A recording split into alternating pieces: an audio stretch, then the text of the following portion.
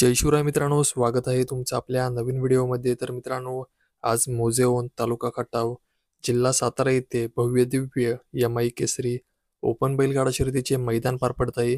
मित्रांनो, आजच्या यमाई केसरी मैदानामध्ये अनेक रथी महारथी आले आहेत. तर मित्रांनो, सर्वांनाच प्रश्न पडला आहे तो आपल्या सर्वांचा लाडका मोहिल शेठ डुमा यांचा महाराज आज नक्की कोणत्या मैदानात पळताना पाहायला मिळणार, तसेच महाराजचा गट क्रमांक किती असणार.